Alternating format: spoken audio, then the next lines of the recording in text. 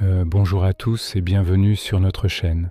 Aujourd'hui, nous allons plonger dans un passage fascinant du livre de l'Exode, plus précisément le chapitre 18, les versets 18 à 23.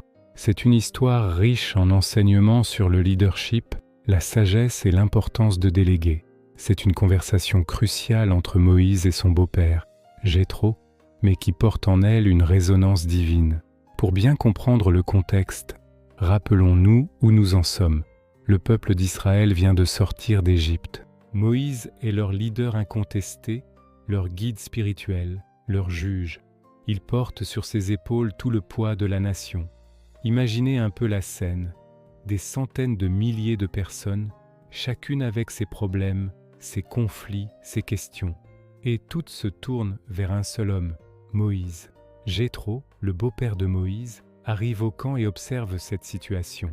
Il voit Moïse assis du matin au soir, écoutant et jugeant les affaires du peuple. Et c'est là que notre passage commence, avec l'inquiétude de Jéthro. Au verset 18, il dit à Moïse, « Tu t'épuiseras toi-même et ce peuple qui est avec toi, car la chose est trop lourde pour toi. Tu ne pourras pas y suffire seul. » Cette parole est d'une sagesse incroyable. Jéthro voit ce que Moïse, pris dans le feu de l'action, ne voit peut-être plus. Il est au bord de l'épuisement. Il est en train de se consumer à petit feu. Et ce n'est pas seulement mauvais pour lui, c'est mauvais pour tout le monde. Un leader épuisé ne peut pas diriger efficacement. La justice rendue dans la fatigue risque d'être une justice hâtive ou imparfaite. Jéthro ne se contente pas de pointer le problème, il propose une solution. Et c'est là que l'on commence à sentir la dimension divine de ce conseil. Il dit à Moïse, au verset 19, « Maintenant écoute ma voix.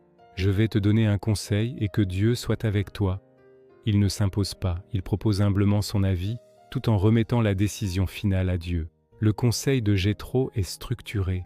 D'abord, il dit à Moïse de continuer son rôle principal, soit l'interprète du peuple auprès de Dieu et porte les affaires devant Dieu. Moïse doit rester le médiateur, celui qui reçoit la parole de Dieu et la transmet. Il doit enseigner les lois et les ordonnances, montrer la voie à suivre. Ça, c'est sa mission première, irremplaçable. Personne d'autre ne peut le faire.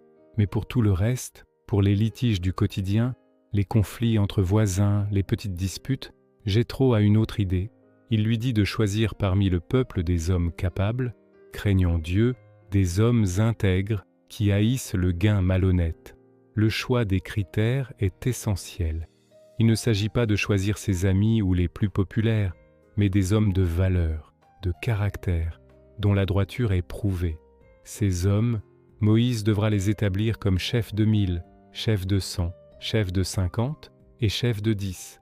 On a là une structure pyramidale, une organisation claire et efficace. Ces nouveaux juges s'occuperont des petites affaires, les affaires courantes. Cela permet de rendre la justice plus rapidement et plus proche des gens. Seules les affaires les plus importantes, les plus complexes, remonteront jusqu'à Moïse. Le verset 22 est très clair, qu'il juge le peuple en tout temps, qu'il porte devant toi toutes les grandes affaires et qu'ils jugent eux-mêmes les petites affaires. Allège ainsi ta charge et qu'ils la portent avec toi. L'idée est simple, partager le fardeau. La responsabilité est collective. Le leadership n'est pas l'affaire d'un seul homme, mais d'une équipe.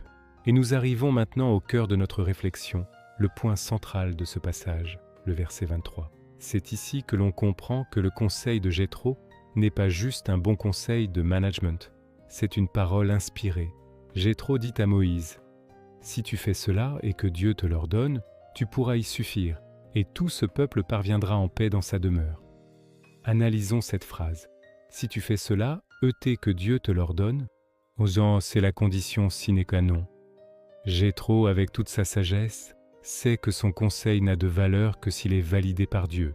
Il ne dit pas « Fais ce que je te dis et tout ira bien ». Il dit « Voici mon conseil, mais avant tout demande à Dieu ce qu'il en pense. » C'est une leçon d'humilité extraordinaire. La meilleure stratégie humaine doit toujours être soumise à la volonté divine. Moïse est l'homme qui parle à Dieu face à face. Jéthro le sait. Il invite donc Moïse à utiliser cette relation privilégiée pour confirmer la direction à prendre. C'est un rappel puissant que pour toute décision importante dans nos vies, la première étape est de consulter Dieu. On peut recevoir de bons conseils de nos amis, de notre famille, de mentors, mais le saut final, l'approbation qui garantit le succès, vient de Dieu. L'instruction est claire. L'action de Moïse doit être une réponse à un ordre de Dieu, et c'est ça qui est souvent difficile. On a une bonne idée, une solution qui semble logique, et on a envie de foncer. Mais ce passage nous invite à une pause, à un temps de prière, d'écoute. Est-ce que cette idée vient vraiment de Dieu? Est-ce que c'est le bon moment? Est-ce que ce sont les bonnes personnes? La suite de la phrase nous montre les fruits de cette obéissance. Tu pourras y suffire. C'est la promesse de la persévérance, de l'endurance. Dieu ne promet pas que la tâche sera facile, mais il promet que Moïse aura la force nécessaire pour la supporter. En déléguant, en obéissant à l'ordre divin, Moïse ne sera plus au bord de l'épuisement. Il pourra continuer sa mission sur le long terme. Dieu préserve son serviteur. Il ne veut pas que nous nous épuisions dans le service, mais que nous le servions avec une force renouvelée. Et la deuxième promesse est tout aussi belle. Et tout ce peuple parviendra en paix dans sa demeure. Le bien-être du leader rejaillit sur tout le peuple.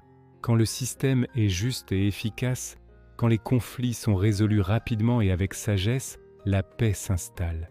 Les gens peuvent retourner à leur tente, à leur famille, le cœur apaisé. Il n'y a plus cette frustration d'attendre des jours pour obtenir un jugement. L'harmonie sociale est restaurée. Ce passage nous enseigne donc plusieurs choses.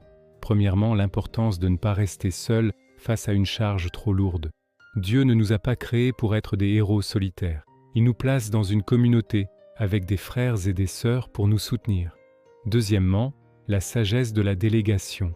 Savoir faire confiance aux autres, leur donner des responsabilités, c'est un signe de grand leadership. Ce n'est pas un aveu de faiblesse, mais une preuve de force et d'intelligence. Cela permet de valoriser les talents de chacun et de rendre l'ensemble plus fort. Troisièmement, et c'est le point central souligné par l'insistance sur la parole de Dieu, c'est que toute décision doit être soumise à l'approbation divine. Un bon conseil humain devient un plan divin quand il est confirmé par Dieu. La prière n'est pas une option, c'est le point de départ de toute action juste et durable. Moïse a écouté. Le verset suivant nous dit que Moïse a suivi le conseil de son beau-père. Il a choisi des hommes et a mis en place cette structure. Il a obéi, non pas seulement à Jéthro, mais à l'ordre que Dieu lui a confirmé.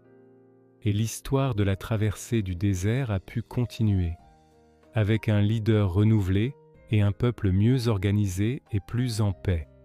Ce texte vieux de plusieurs milliers d'années résonne encore aujourd'hui. Que vous soyez responsable d'une entreprise, d'une famille, d'une association, d'un groupe d'église ou simplement face à vos propres responsabilités, souvenez-vous de Jéthro et Moïse. Ne vous laissez pas submerger. Apprenez à partager le fardeau. Entourez-vous de personnes de confiance et de valeur. Et surtout, avant chaque grande décision, prenez le temps de demander « Seigneur, qu'est-ce que tu en penses? Que veux-tu que je fasse ?» Car c'est dans l'obéissance à sa parole que se trouve la force de continuer et la promesse de la paix. Merci d'avoir suivi cette réflexion avec moi. J'espère qu'elle vous a encouragé et inspiré. N'hésitez pas à partager vos propres expériences sur le sujet dans les commentaires. J'adore vous lire. Pensez à vous abonner pour ne pas manquer nos prochaines études. Prenez soin de vous et que Dieu vous guide dans toutes vos décisions. À très bientôt.